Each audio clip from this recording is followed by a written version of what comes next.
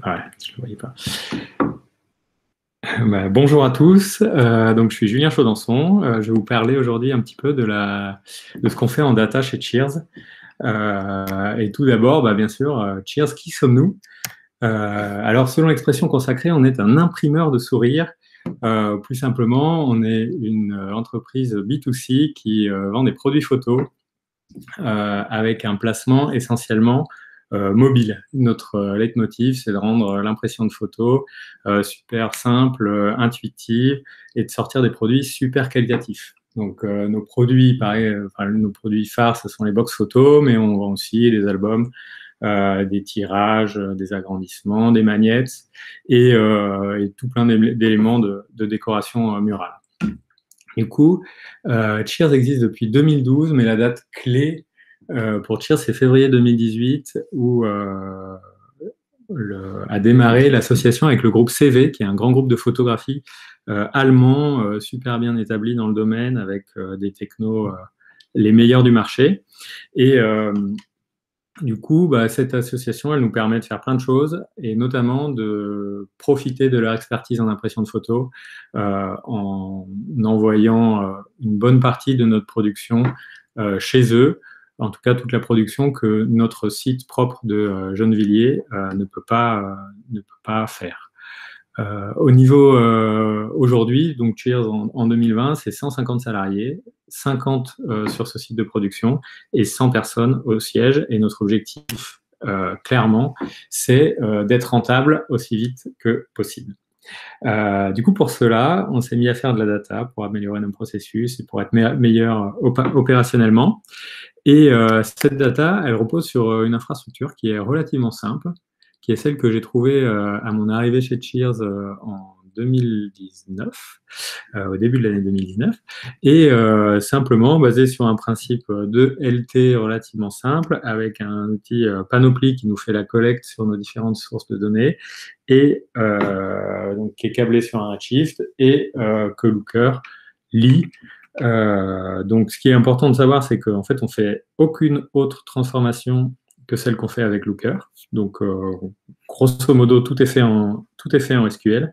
Mais clairement, c'était bien notre objectif, parce que ce qu'il nous fallait et ce qu'il fallait à mon arrivée, c'était activer la donnée pour la rendre opérationnelle et la rendre utilisable au quotidien par tous nos métiers. Et donc, en fait, cette stack répond parfaitement à cette contrainte-là. La collecte est quasiment automatique, et ensuite c'est Looker qui modélise et qui transforme toutes les données dont on a besoin. Un peu plus sur la collecte quand même, on collecte entre toutes les heures et toutes les 24 heures des données brutes. Panoply manage le Redshift pour nous, et donc nous, on a juste à le requêter avec Looker. On a quelques derive tables, évidemment, sur on va dire sur nos axes d'analyse les plus importants, à savoir les commandes, la composition des articles que créent nos utilisateurs et les utilisateurs eux-mêmes. Tout le reste de l'analyse, par contre, ça se fait avec les modélisations dans les explores. Donc ça, c'est pour la partie technique. En termes de ressources, nous sommes deux.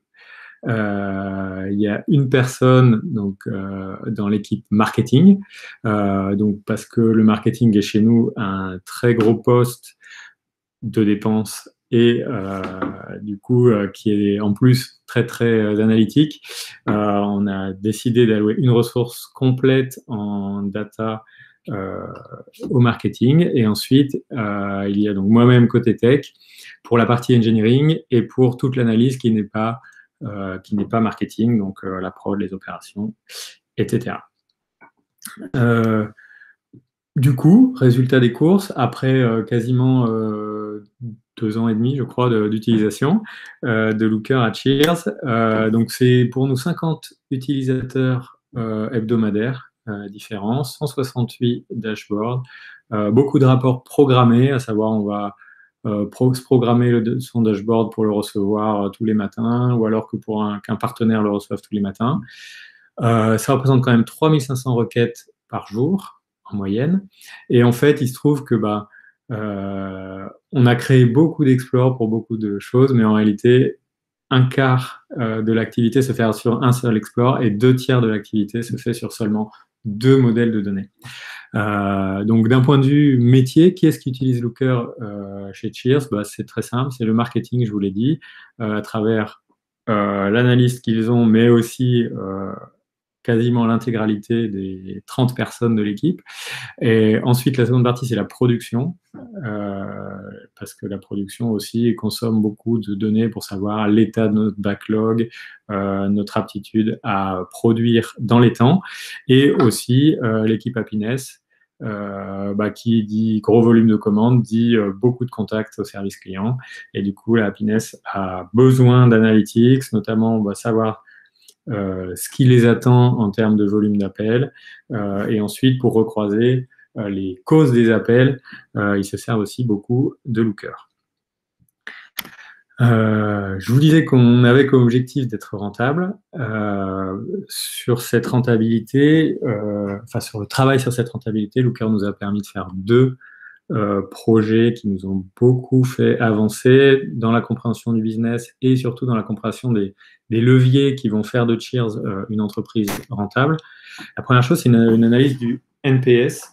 Donc simplement, le NPS, vous savez, c'est une valeur qui est absolument clé quand on vend un service, qui plus est sur Internet, donc en dématérialisé, où il n'y a pas d'interface vraiment avec le client, enfin, il n'y a pas de contact, pardon, avec le client.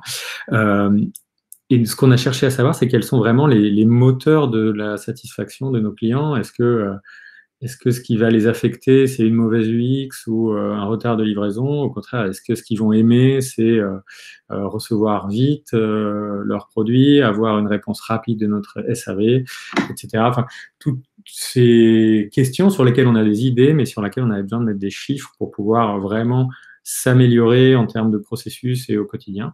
Et du coup, grâce à Looker, on a réussi à faire ça, ce qui nous a permis déjà de nous rendre compte de choses aussi banales que, en fait, livrer avec un jour de retard par rapport à la date annoncée, c'est perdre 12 points de NPS. Je ne sais pas dans vos domaines ce qui représente 12 points de NPS, mais pour nous, c'est conséquent. Et du coup, typiquement, maintenant, on met beaucoup l'accent sur le fait de produire à l'heure, d'expédier à l'heure et surtout de livrer à l'heure. Tout cela dans l'objectif d'avoir une meilleure expérience client et donc que nos clients reviennent nous voir et donc, on l'espère, de finir par être rentable. Voilà, donc ça c'est pour la partie NPS. Et sur une partie moins qualitative et plus quantitative, on a fait un gros travail sur la mesure de la marge des produits que l'on génère en vendant nos produits. Donc je vous l'expliquais, on a une structure de production qui est un petit peu complexe puisqu'on a en fait deux entités qui produisent, il y a l'entité Cheers et l'entité CV, et du coup ensuite avec des façons de facturer et des postes de coûts qui sont différents. Du coup, moyennant quand même pas mal de boulot, mais quelque chose qu'on a pu tout à fait faire avec Looker, on arrive à maintenant, quand on vend un produit et qu'on sait si c'est notre partenaire CV ou si c'est nous qui allons le produire, on sait exactement la marge que ce produit va générer pour nous. Donc c'est évidemment clé et ça nous a permis notamment de faire quelques ajustements de pricing, parce qu'on a des prix qui étaient incohérents, quelques ajustements aussi sur quelle partie de notre prod est-ce qu'on va avoir besoin d'envoyer chez notre partenaire CV, ou alors quelle partie de notre prod on va garder chez nous, voire éventuellement pour ce qu'on fabrique chez nous, renégocier avec des fournisseurs, etc. Donc tout cela avec une vision hyper quantitative et très granulaire sur chacun de nos produits, tout en gardant à l'esprit, et c'était là la complexité de la chose, c'est que chaque produit qu'on vend est unique, puisque il contient vos photos ou les photos de nos utilisateurs, et donc à chaque produit ont leurs caractéristiques. Donc c'était un projet complexe, mais donc on a pu la mener avec l'équipe finance, donc c'est-à-dire sortir des données qui sont validées par la finance, donc ce qui est une très grande valeur quand ensuite il s'agit de répercuter tous les enseignements sur les processus. Et donc, ça a été pour nous un pas supplémentaire vers nos objectifs de rentabilité cette année. Pour le futur, parce que du coup, quand on commence à donner de la data aux gens, tous, une fois qu'ils se la sont appropriés et qu'ils ont l'habitude d'avoir tous les jours leurs métriques à la demande, ça veut dire qu'il faut continuer mener des projets, des nouveaux projets, amener de la nouvelle data. Nous, on a un projet déjà qui est l'amélioration de la qualité de nos données, parce qu'aujourd'hui, je vous parlais de cette phase de collecte qui est essentiellement automatique et qui, du coup, ben, des fois a des petits loupés qu'on ne remarque pas forcément. Donc là, on pense à des outils de monitoring et puis voir changer d'outils pour la collecte. On a une grosse masse de données qui se présente à nous avec la refonte de nos plans de tracking app et avec du coup un data layer beaucoup plus fourni en termes de données de contexte, ce qui va nous donner beaucoup de travail, mais du coup qui va certainement nous apporter énormément d'enseignements sur la manière dont nos utilisateurs utilisent les apps Cheers. Et toujours à propos de ces utilisateurs, et parce qu'on sait que c'est un des leviers clés pour entretenir une bonne relation avec nos utilisateurs et puis toujours les faire revenir, imprimer leurs photos avec nous, c'est accroître leur connaissance. Cela simplement en continuant d'utiliser les facultés de Looker en termes de transformation, de modélisation et de croisement de nos sources de données afin de mieux comprendre les utilisateurs et de mieux comprendre leurs besoins. Bien, je vous remercie de m'avoir écouté et si vous avez des questions après, j'y répondrai avec plaisir. Merci.